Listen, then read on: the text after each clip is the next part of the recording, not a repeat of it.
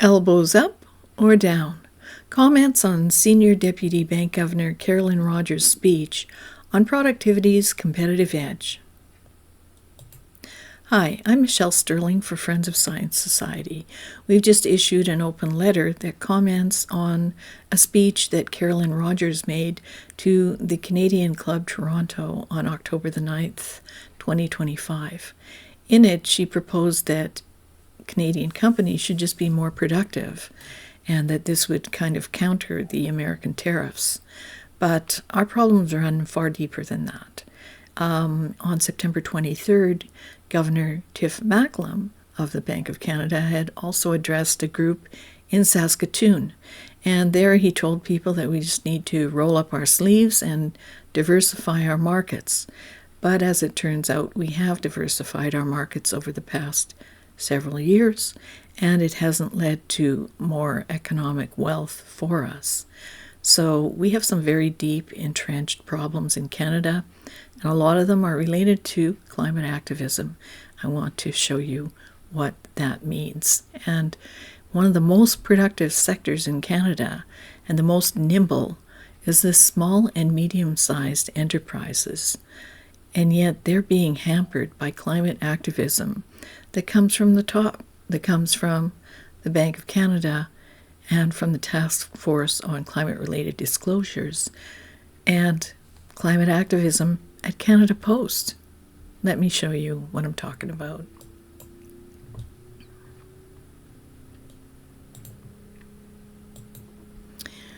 So at Carolyn Rogers' speech at the Canadian Club in Toronto, she said improving productivity is a shared responsibility, one that belongs to both the private and public sector. But two public sector organizations make it hard for business to be productive in Canada, Canada Post and Bank of Canada, because of their climate activism.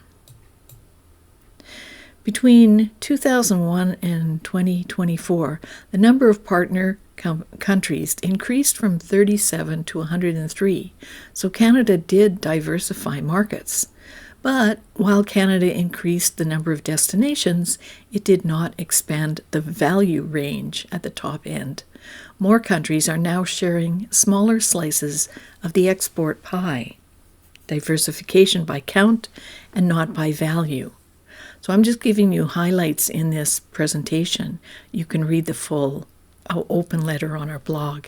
You can see here that this is the United States. This is our market share with the United States in 2001, and here it is in 2024. And you can see here that we have expanded the number of countries that we do business with, but we haven't made more money from doing that. And this is from Stats Canada, showing that we have almost 90% share of exporting establishments that export goods to the United States. And here's a map of where those exports go. You can see some places have 10,000 exporters or more, which is quite impressive. It's both a blessing and a curse to be beside this large consumer market in the States, consumer and industrial market, because it's very beneficial for us, but in order to diversify, it's very, very difficult. We're far from global markets. You can see the distances here, Vancouver to Japan and from Newfoundland to Portugal. Anyone observing a map of the world can see that no matter how productive, Canada will have a difficult time being competitive with other nations, simply due to the vast distances to markets, other than those which are just across our shared border with the U.S. And remember, any of this market interaction will be by container ship or perhaps by airplane, but mostly by container ship, right? So you would want to keep those prices as low as possible. And sadly, interprovincial trade has also declined. In fact, one colleague said that we could call ourselves the Confederation of U.S. Suppliers, which might be a better way to describe the Dominion of Canada. Canada's obsession with restrictive climate and net zero policies has led to massive cumulative prosperity opportunity losses of 1.7 trillion US dollars between 2015 to 2025. This graph was put together by Eugene Vandenberg, who did the other previous colorful graphs. And you can see here that this is based on the estimated economic loss that would have been forthcoming due to the cancellation of large infrastructure projects and the effect of delays on a fourth project. So these are 4 pipeline projects: Keystone XL, which was canceled; Northern Gateway was canceled by Justin Trudeau; Energy East was withdrawn by the proponent; and Trans Mountain expansion did go ahead, but it went way over budget and was very delayed. Environment and Climate Change Canada Minister Julie Drabusson recently said she wants more climate ambition from Canadians to meet Paris targets. So Paris is a voluntary agreement, but the Canadian government actually made it mandatory to try and reach these targets, or at least to have plans to reach them. But Robert Lyman, who's our policy advisor, he was a federal public servant for 27 years, a diplomat for 10 years, he said that attaining the 2030 target would require that emissions decline at the annual average rate of 31.4 megatons from 2022 to 2030. That is, emissions would have to decline at an annual average rate over 100 times faster than they did from 2005 to 2022. So that's not very realistic, and that would totally crater our economy. And it's very concerning to me that climate scientist Simon Donner, in 2022, who's a member of the Net Zero Advisory Board, said we just need courage to take the double diamond black slope to emissions reduction. So he's making a skiing analogy here. For people who are not skiers, a black diamond run is difficult. It's the most difficult. It's very dangerous. It's only for expert skiers. And a double diamond is even more dangerous and requires real expert skill, but he thinks that we could just have courage and jump off that cliff, this cliff, to emissions reduction. That doesn't seem very realistic. So what's our best bet for more productivity in Canada? Even a year and a half ago, Carolyn Rogers was making the same case, that it's time to break the glass, fixing Canada's productivity problem. Well, the best source of productivity and the quickest turnaround are the small and medium-sized enterprises. They are the lifeblood of Canada. So these are classified as organizations with 1 to 499 employees, companies. Small and medium-sized enterprises are the most nimble and productive sector of the Canadian economy. Some 64% of total private labor force work for SMEs. They contributed 51% of GDP in products and 46% in services generated dollars. In 2021, SMEs generated 48% of the GDP of the private sector. But climate change policies, including the industrial carbon tax, which is passed on to SMEs and consumers, and which also burdens transportation, is a barrier to SME productivity, profit margins, and sales. So why the focus on SMEs? Small businesses are more flexible, they can quickly scale up or down, and typically entrepreneurs are passionate about their business. They have real skin in the game. And yet, 2 public sector organizations make it hard for business to be productive in Canada: Canada Post and Bank of Canada, because of their climate activism. So here's how banking policy affects Canada Post. Canada Post climate activism is a burden on business productivity. As a Crown corporation, Canada Post has been mandated to report on climate strategy in alignment with the Task Force on Climate-Related Financial Disclosures, or the TFCD framework.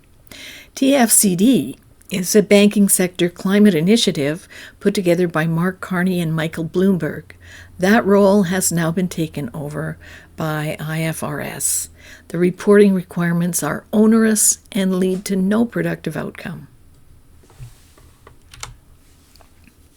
Bank of Canada is part of the Network for Greening the Financial System, and NGFS, the Network for Greening the Financial System, uses a wildly exaggerated climate damage function in their math, and that produces an 800 per ton shadow carbon price for net zero for 2050.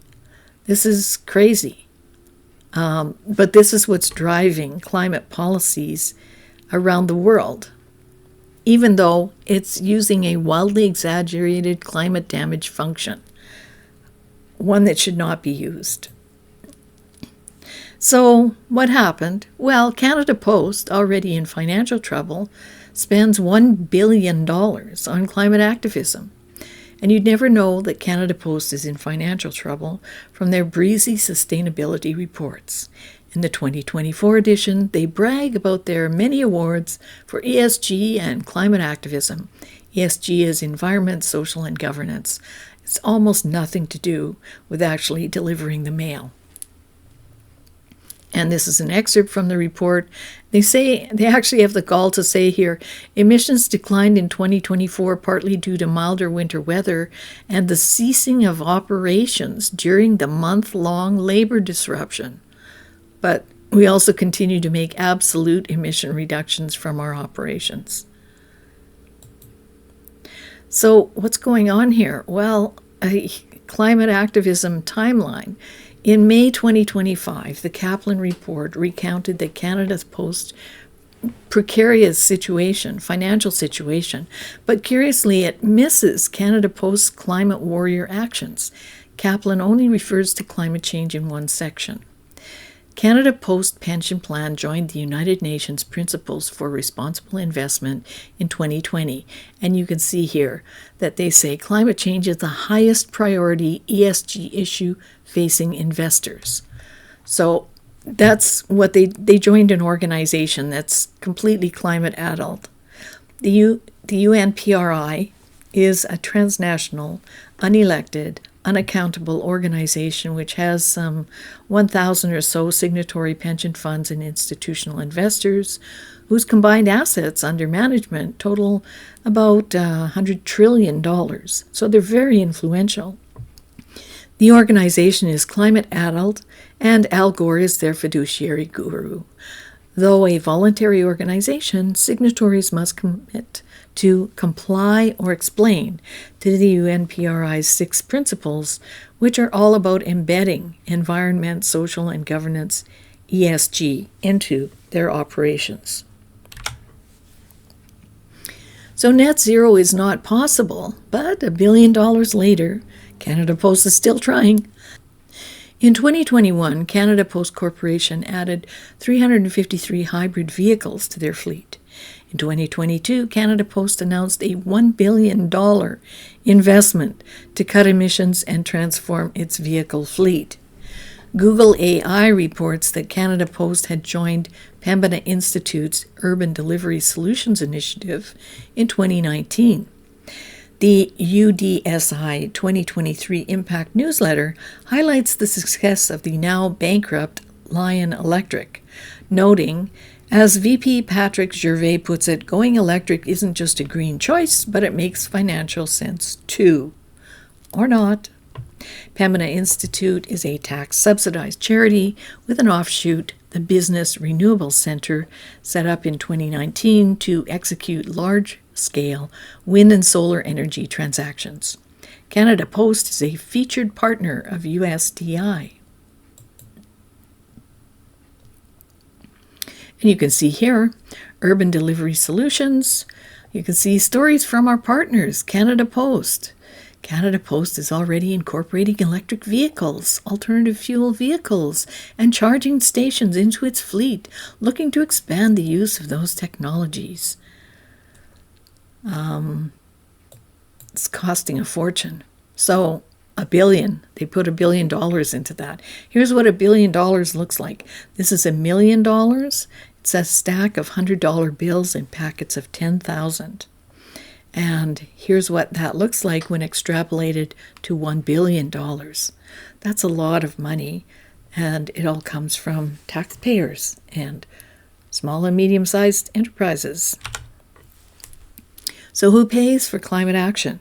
Well, SMEs and the little people. And who cashes in? Green cronies. So Canada Post primarily serves Canada's SME sector.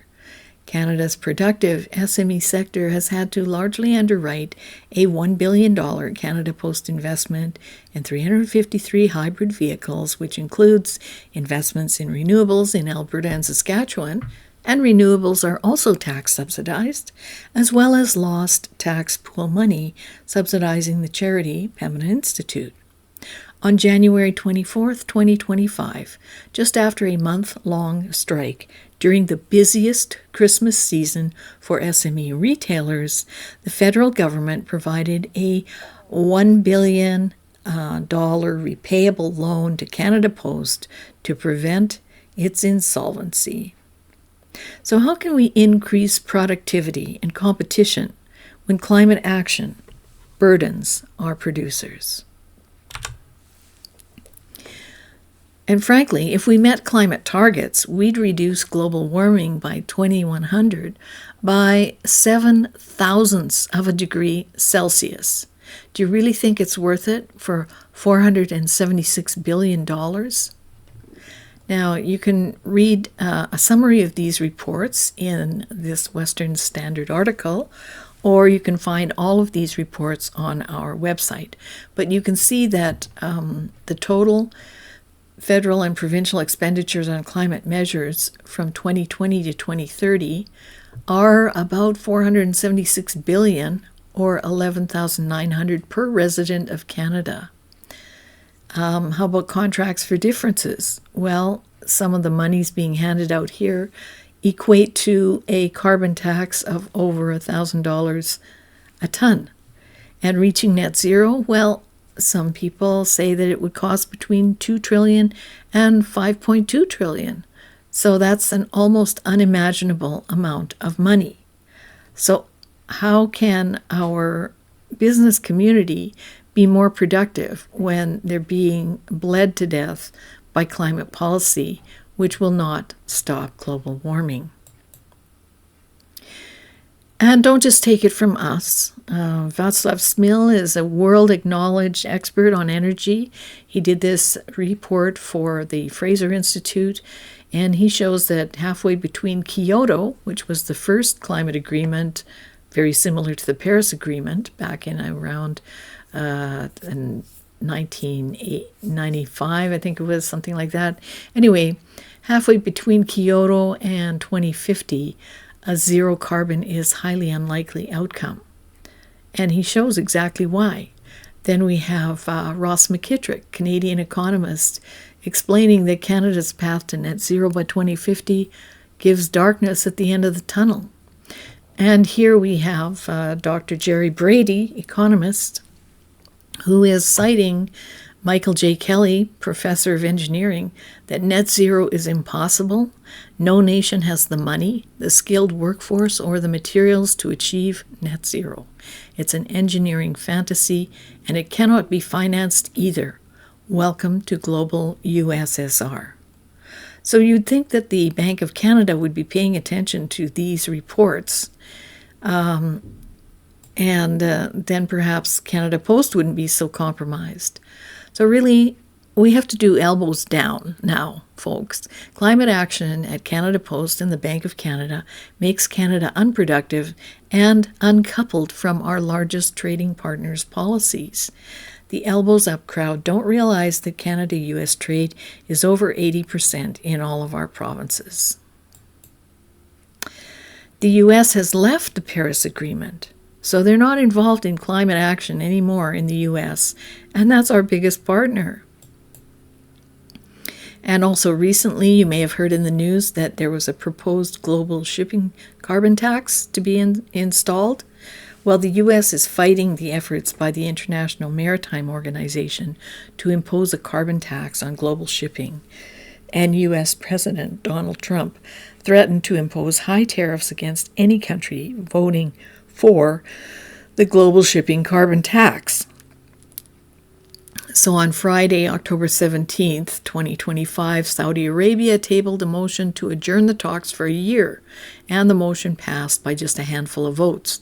But think about this. In April of 2025, Canada and 63 other countries had voted for this tax. Recall that the World Economic Forum predicted a global price on carbon by 2030. Now, remember that map that I showed you earlier?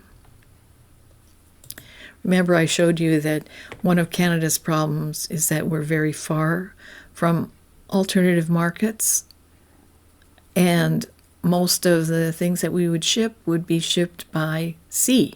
Sea freight is the most cost-effective, and it's really brought prosperity around the world to all kinds of people.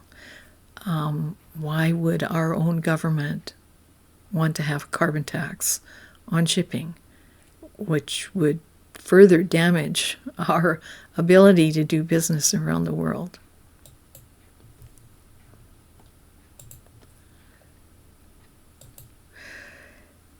And this is a very interesting animation. It's actually from 2012, but just looking at it, it's just astounding the number of ships at sea. So I do recommend that you watch it. It's kind of climate activist in nature, but it's really amazing how much material is being shipped around the world. And yet the proposed shipping carbon tax was $100 or $380 per metric ton of CO2 emitted, depending on performance against emissions targets. So just imagine that. Ships are large emitters, but they have brought prosperity to people around the world.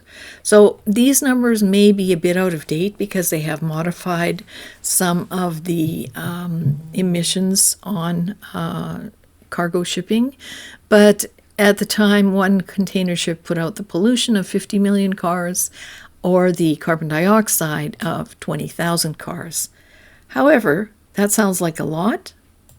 It is, but it's not very much in the global context. You can see here that it's slightly above Canadian emissions, probably around 3%.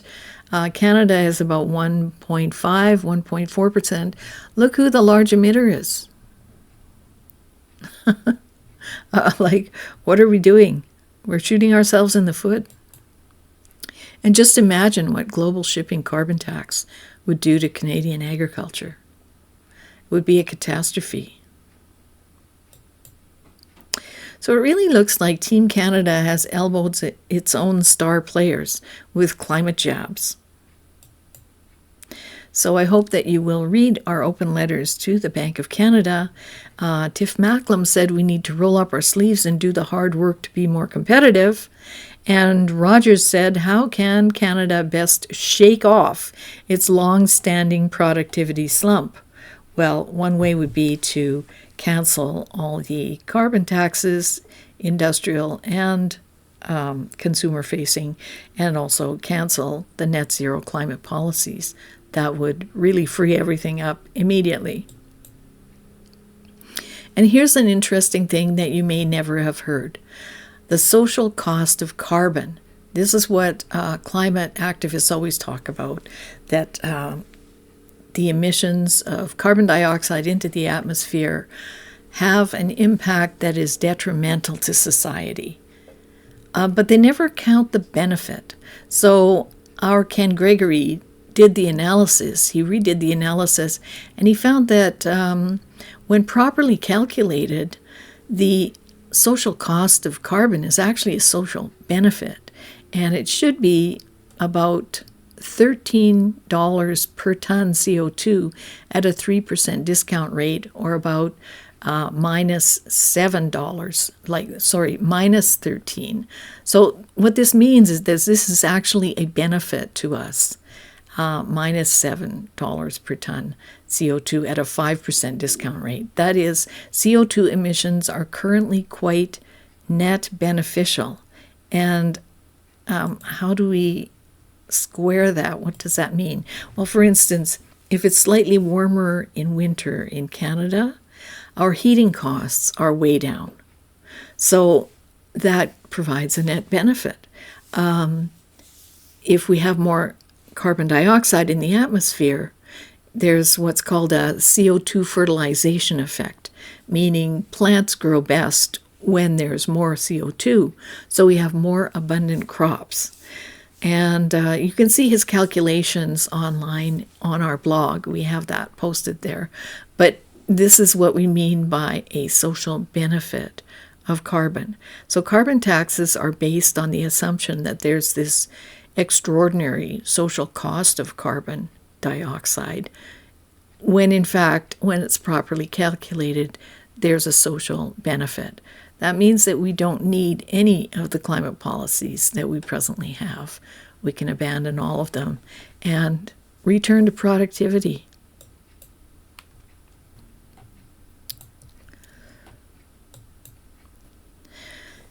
And ultimately, carbon dioxide is not a control knob that can fine-tune climate. Now, this was a finding of Judith Curry and many other scientists. She said this back in January of 2014. She was testifying to the U.S. Senate, I believe it was, on the Obama Clean Energy Plan. And based on the most recent Intergovernmental Panel on Climate Change report of the time, she found that the report's evidence showed that human influence on climate is not as significant as natural variability. And she also found that the evidence for carbon dioxide being the driver of climate change was not there. So she, in fact, told the Senate that CO2 is not the control knob that can fine-tune climate. Meaning, it's not like a furnace where if you turn down the CO2, then you'll get cooler weather, and if you turn it up, you get hotter weather. That's not how it works. So this has been known for some time. And interestingly enough, in 2014, shortly after she made her presentation, a group of green billionaires, which included Michael Bloomberg, who put together the task force on climate-related disclosures later. And this group of green billionaires and environmental groups published a report called Risky Business, which proliferated through the financial community. So all the banks picked up on it. And they used a very extreme scenario called RCP 8.5 to claim that there was a climate emergency. And I have it here. So they used this chart. Now, this research was only ever intended for a research lab. It was never intended to be used as policy pathways. But that's what ended up happening. So you can see here, this is RCP 8.5. And they used that as if that was the business as usual case, when it's not. This is an extreme case, wildly exaggerated, and only meant for research purposes. So if you take that away, you can see there's no climate emergency. So it's really the banking sector that's driving a lot of the climate hysteria in the world. And I've shown you how that's also ultimately affected Canada Post, and we know the trickle-down effect it had on the small and medium-sized enterprises, especially the retail sector during the Canada Post strike. So that's what we sent to the Bank of Canada. And we actually have 2 letters, open letters, that we've recently sent, which you can see on our blog. Please have a look at them and understand the kind of trouble that Canada is in because of these unnecessary net zero climate policies. They're literally destroying our country. Thanks very much for watching. I hope that you will consider joining us, perhaps make a donation, share our material. Please do feel free to comment below and send us questions if you have them. We'd be happy to answer them. Thank you very much for watching. For Friends of Science Society, I'm Michelle Sterling.